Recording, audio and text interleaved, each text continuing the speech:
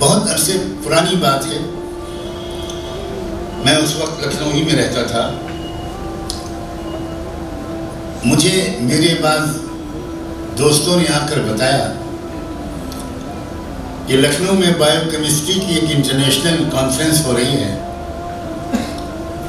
اس میں امریکہ سے ایک سائنٹسٹ آئے ہوئے ہیں، پروفیسر جارج آرڈن.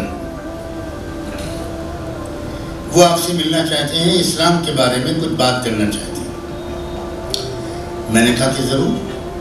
وقت طے ہو گیا اور وہ میرے پاس ان دوستوں کے ساتھ آئے.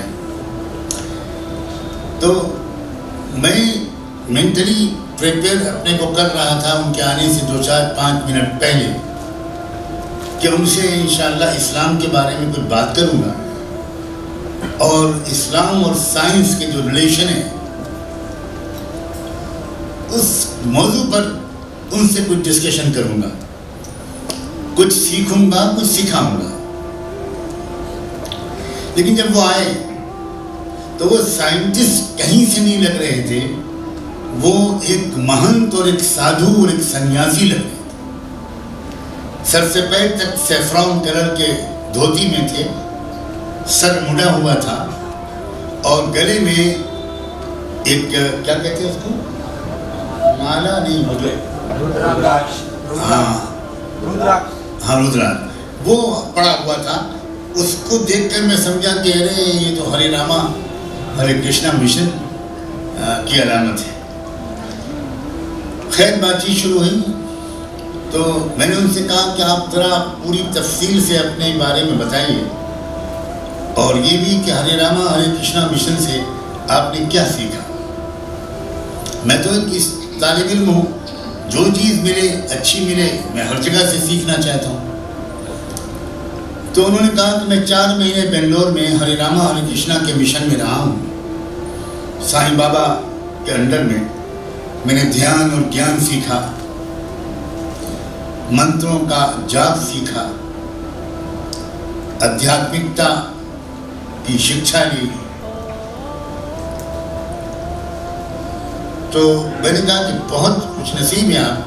یہ بتائیے کہ اگر آپ سے میں کہوں کہ ایک سینٹنس میں آپ بریفلی مجھے بتا سکیں کہ کیا اصل گفٹ آپ کو وہاں سے ملا.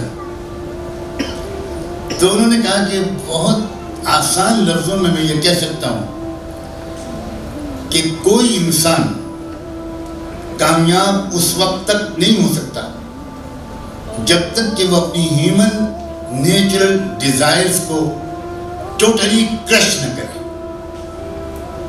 سمجھ رہے نا؟ No human being can ever succeed until and unless he will be able to crush his natural desires totally. میں نے ان سے پوچھا کہ برادر جارج آپ کہاں کے رہنے والے ہیں امریکہ میں؟ تو انہوں نے کہا میں شکاگو میں رہتا ہوں. میں نے ان سے پوچھا شکاگو کی پاپولیشن میں کتنے % لوگ ہیں آپ کے خیال میں جو اپنی فطری خواہشات کو، نیچرل ڈیزائرز کو 100% کرش کر سکتے ہیں؟ کتنے لوگ ہوں گے شکاگو میں؟ تو کئی منٹ سوچنے کے بعد کہا کہ میں نہیں سمجھتا کہ 2 یا 3 لوگوں سے زیادہ شکاگو کی ملینز کی آبادی میں ایسے لوگ میں ڈھونڈ پاؤں گا جو اپنی نیچرل ڈیزائرز کو ہمیشہ کے لیے کچل دیں، اور جب تک وہ کچلیں گے نہیں تب تک نروان نہیں ہو سکتا. میں نے کہا کہ یہ جو پرسکرپشن ہے، یہ جو ٹریٹمنٹ ہے، شکاگو جیسے شہر میں 2 لوگ یا 3 لوگ انکلوڈنگ یور سیلف اگر یہ کر پائیں اس سے ورلڈ پیس قائم ہو جائے گا، اس سے یونیورسل آرڈر ٹھیک ہو جائے گا. لیکن نیور، سوال یہ پتہ نہیں.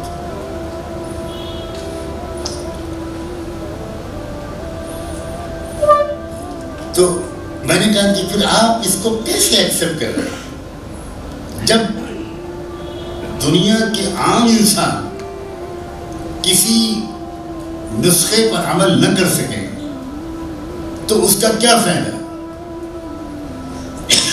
2 لوگ سنیاسی بن گئے تو اس سے دنیا میں امن اور انصاف قائم نہیں ہو سکتا۔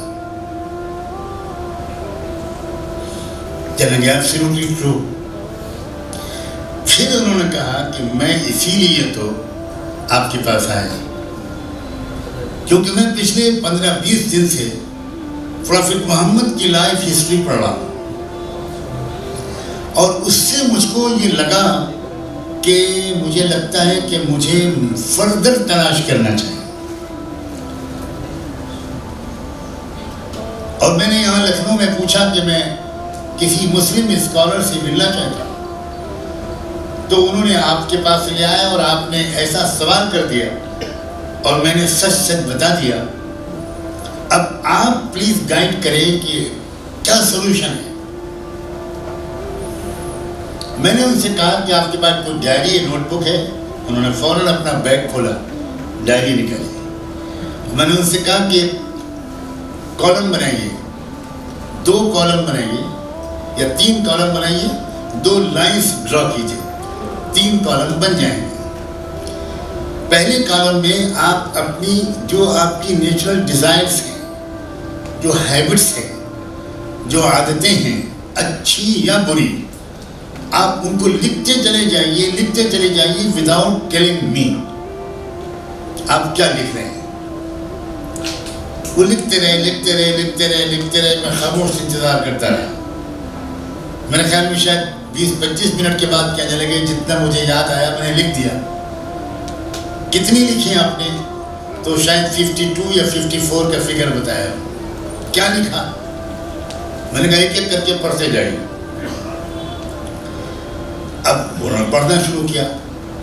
پنکچولیٹی، ٹروتھفلنس، اسٹیڈفاسٹنس، صبر، ڈسپلن، آرگنائزیشن، مینجمنٹ، مس مینجمنٹ، لو، ہیٹ، ریسپیکٹ، ڈس ریسپیکٹ وغیرہ وغیرہ۔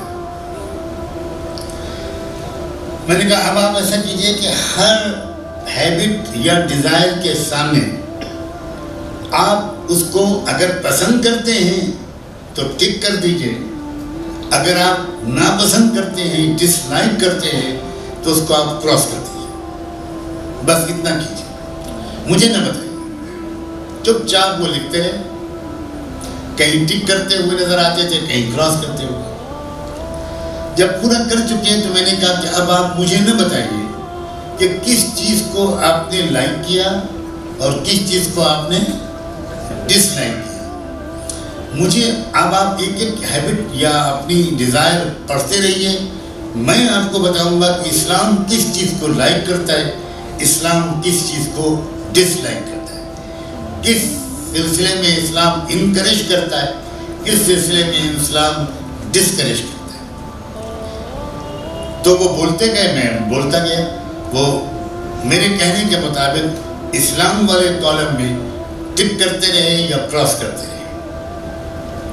جب سب ہو گیا میں نے کہا ذرا کمپیئر کیجئے، جس چیز کو آپ کی فطرت نے، آپ کے سوبھاؤ نے، آپ کے کانشس نے جس چیز کو لائک کیا، آگے دیکھیے اسلام اس کو لائک کرتا ہوا نظر آتا ہے یا ڈس لائک، اور جس چیز کو آپ کے ضمیر نے ڈس لائک کیا، اب اگلے کالم میں دیکھیے کہ اسلام اس کو ڈس لائک کرتا ہے یا لائک کرتا ہے۔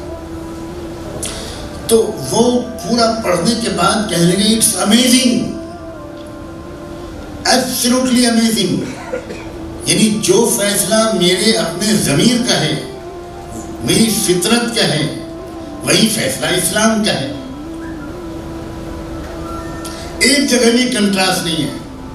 کوئی ایسی چیز جو آپ کی فطرت پسند کرتی ہو نہیں سکتا کہ اسلام اس کو ناپسند کرتا، اور کوئی ایسی چیز جس کو آپ کی فطرت ناپسند کرتی ہو نہیں سکتا کہ اسلام اس کو پسند کرتا۔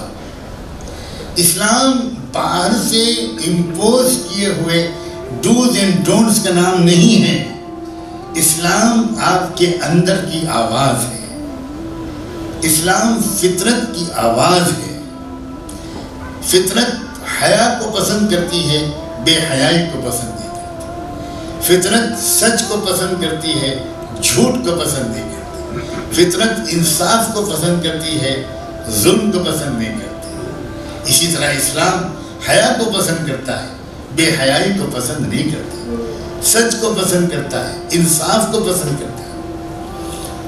نوجوانوں، 2 گھنٹے کی میری ان کی سیٹنگ اور نشست، اور اس کے بعد اس کے نتیجہ یہ نکلا کہ پروفیسر جارج کہنے لگے ایسا لگتا ہے کہ میں ہلاک ہونے سے بچ گیا۔ صرف اتنا جملہ انہوں نے کہا، ایسا لگتا ہے کہ میں برباد ہونے سے بچ گیا۔ کیونکہ یہ تو مجھے ان کی ملنے سے اندازہ ہوا تھا کہ ان کی تڑپتی ہوئی پیاسی روح حق کو ڈھونڈ رہی ہے، روحانی سکون کی تلاش میں ہے، اور تلاش کرنے والے کو اللہ ہدایت دے ہی دیتا ہے۔ چنانچہ وہ مجھ سے کہنے لگے کہ میں ابھی تو آپ سے کوئی پرومس نہیں کرتا، but I very humbly request you to please pray that may Almighty show me the right path۔ بس میں اتنے ہی کہہ سکتا ہوں۔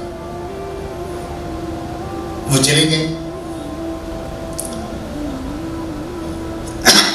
تھوڑے دن کے بعد، ایگزیکٹلی مجھے یاد نہیں رہا کہ کتنے مہینے کے بعد یا کتنے ہفتوں کے بعد، انہوں نے مجھے فون کیا اور انہوں نے کہا کہ میں Islamic community centre of Chicago میں بیٹھا ہوں، یہ جمعے کا دن تھا اور میں نے ابھی یہاں جمعے کی نماز کے بعد کلمہ پڑھا ہے اور دامن مصطفیٰ تھاما ہے، اور میرا نام سعید احمد رکھا گیا ہے۔